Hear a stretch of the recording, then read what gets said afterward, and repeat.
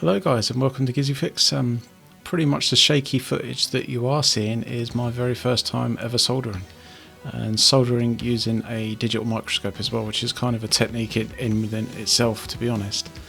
I'm shaking a lot because I wouldn't say I was nervous, but definitely I was struggling using my helping hands, the little sort of claws that hold board steady. Were moving around a lot, so it was actually causing the board to move a lot, and I didn't have anywhere to really rest my hands, so it was very tricky to find somewhere that would actually sort of load bear that I could rest my hands, and so essentially I'm having to hold my arms. But I managed to do it, and not overly successful because a couple of the LEDs were in the wrong place, and there's a couple of LEDs that don't actually work because I burnt them out, which you'll probably see later. But essentially they're really good for just cutting your teeth in terms of soldering. If you've never done it before, the components that you have to solder are very, very small. Sometimes they're a millimetre or two across, so you do need something like a digital microscope really to be able to make sure that you can making a good solid contact and the right amount of solder. Never soldered really anything before, but apart from just watching sort of videos on YouTube, and I thought the board would be a good start, essentially. And it is, I believe, kind of a cheap Chinese manufacturer, but it was for a few quid. It's really not that bad. The only trouble is a lot of the instructions are in Chinese as well. Of the one I bought, I believe I got it from eBay. It was only a few quid, and again, getting sort of into electronics and having to understand what some of this is again sort of a task within itself. But actually looking more now on the board, and you might notice that I've used a stabilization filter, so hence why some of this sort of the board, the background moves in a little bit of a strange way because it was just moving all over the place when I was recording. So for the ease on the eye, used the stabilization filter, and it's not too bad, to be honest. But yeah, it's incredibly difficult, and the tweezers that I'm using have a very fine end, but under a microscope they look massive. I think this is like 2 or 3 millimeters across, this particular resistor, and I don't believe on the board, as you saw on the one beforehand, it actually works without having to do these ones. So the main sort of LED circuit, I'm not too sure if these actually play a part. As far as I could see on the traces, they weren't actually connected to it. Maybe you could just measure the resistance in series, I'm not sure.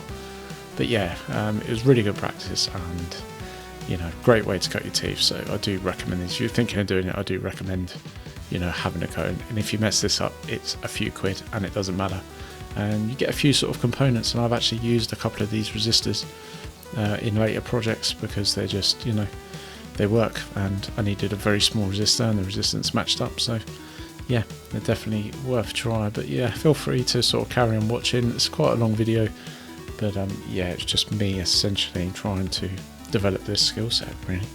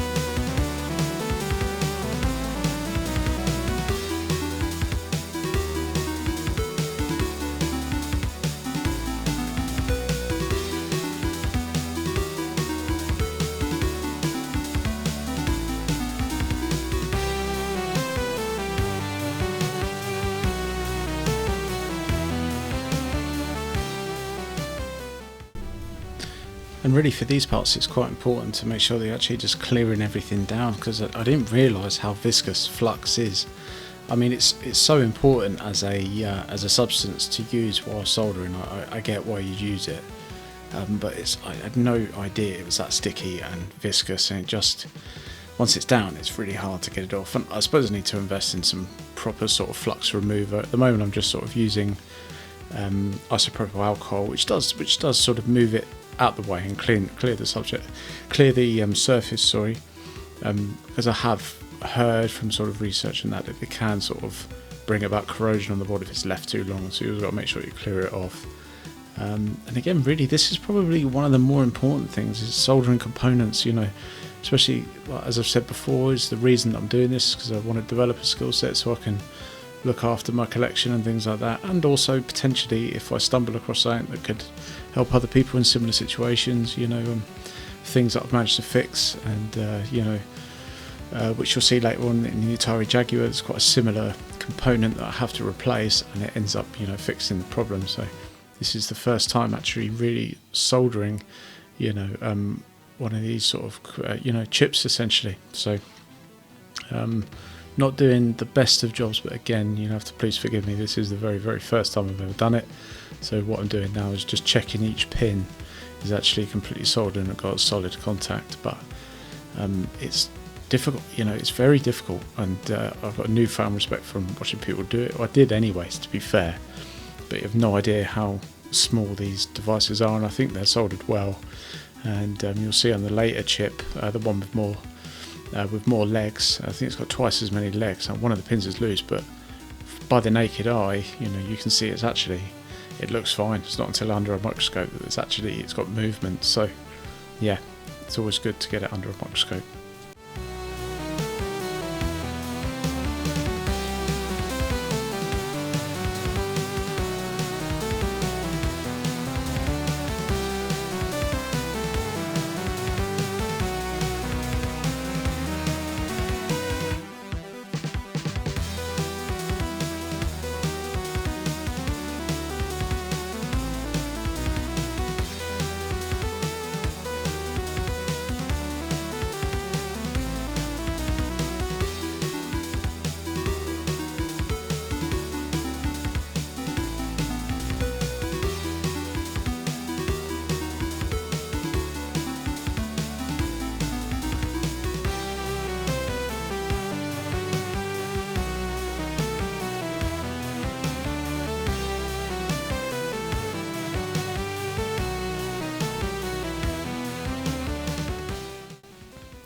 And now here, what's actually really tricky for me, and I wasn't expecting this, again, never soldered these components before, but again, great learning curve, and when you actually come to do it, you think, I just can't get one of the legs, it just wouldn't take.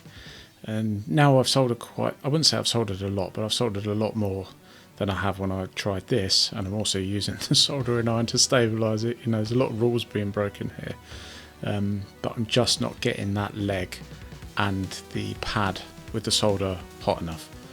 And once I do, then it does take. Of course, these are pretty simple, and it's just a case of just touching each leg, and then the solder melts. And obviously that's sped up a lot there. But once you've got one leg down, it's fairly easy to then create the connection. But you know, I can imagine, excuse me, that this problem only exacerbates once you have more legs. But now I'm going through checking each leg, and I think there's a pin, there it is, that actually has still got movement. So you know, as I was doing it looked fine, and it always pays to check your work, and always check every leg to make sure you don't, you know, create faults further down the line.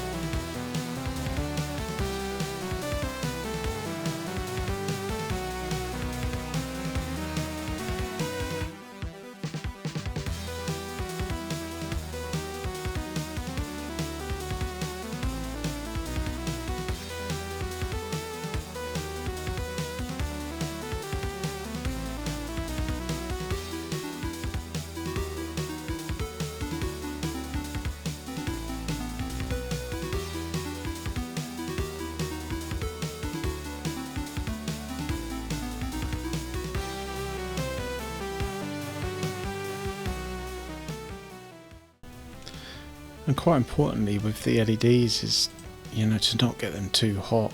A couple of them are actually burnt out. I think it was with the hot air station that I just held them under the heat too long, and essentially they're just plastic coating, with the internal components obviously are very, very small inside. LED, is it anode and a cathode, I believe? I'm not 100% sure. You have to forgive me, I'm still very much learning.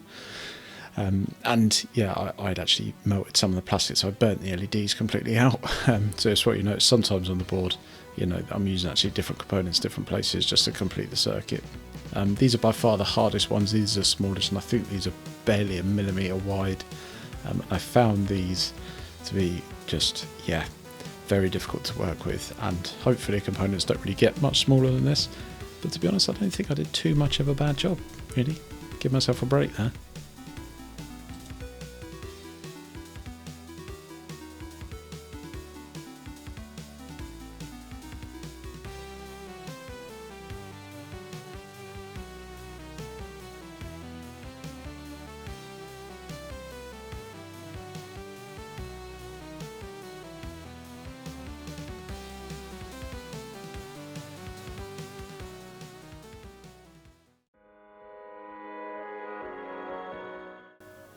And this is it really, kind of the home stretch. Most of it's pretty much done. Just the last few components to go around the outside, but all in all, I don't think I did too bad. I think I do a lot better now. Obviously I've done a bit more, and I sort of respect the heat a little bit more, should we say. But yeah, I don't think for a first effort, and it's kind of like a risk safe or a fail safe sort of environment to do it. So yeah, I'm sort of hotting. I think I get some of these in the wrong place, so that's why I'm actually taking them off and moving them to where they should have been. I can't remember exactly, because obviously you saw the instructions, they're not in my spoken language, so it's very difficult for me to follow, but I get it working. That's the thing, that's all I'm really looking for, and for the sake of £3 it's really not that bad, so I do recommend them. Definitely for just cutting your teeth. So, but don't use hot air to put an LED on like that, and especially holding it under too long, because they don't like it.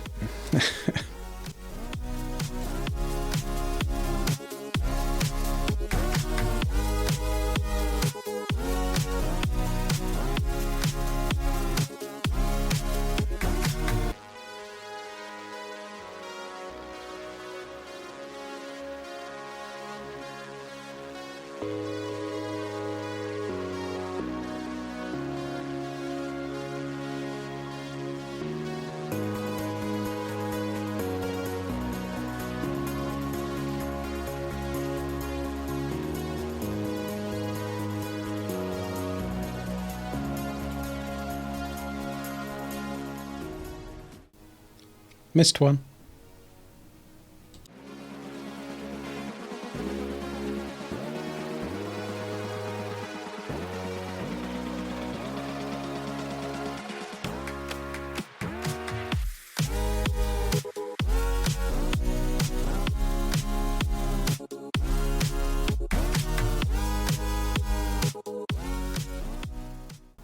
So I'll start to use hot air a little bit more here to get used to that, and that's the other thing you've got to be really careful of, is if you do use hot air and you've not put your component down in melted solder, they do like to go into orbit. That was the other thing I learnt the hard way, but I did manage to find it and place it back. But I was essentially, I was not fatiguing, but it's quite tricky to maintain this level of concentration and hand to eye coordination over this period of time. It can get quite tiring, especially trying to do this board in one go. And essentially I switched to the hot air station to speed up the process, and once you find a little knack, the process does sort of expedite a little bit, and it does make it a lot easier.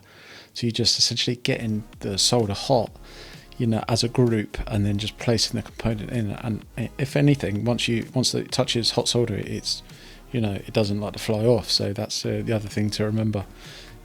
The only other thing you have to be really, really cautious of is components that are actually near it, because everything gets hot. And the thicker the board, the more heat it will take as well, and it will actually sometimes it'll absorb the heat. So if you've got a really thick electrical board that you're working with, it will just absorb the heat and nothing will get hot enough. So it's really just trying to balance the heat and things. That's what I've learned, and not trying to get things too hot, but you need it hot enough to be able to work with, and trying to do it as safely as possible as well. And also quickly, because you don't want things to be under extreme heat for a long time. You know, you've got to try and make sure that you get things hot enough to do the job you need to do. So that's the other thing I really learnt. But yeah, so if you're trying one of these, that's a little piece of advice. But yeah, I definitely recommend it.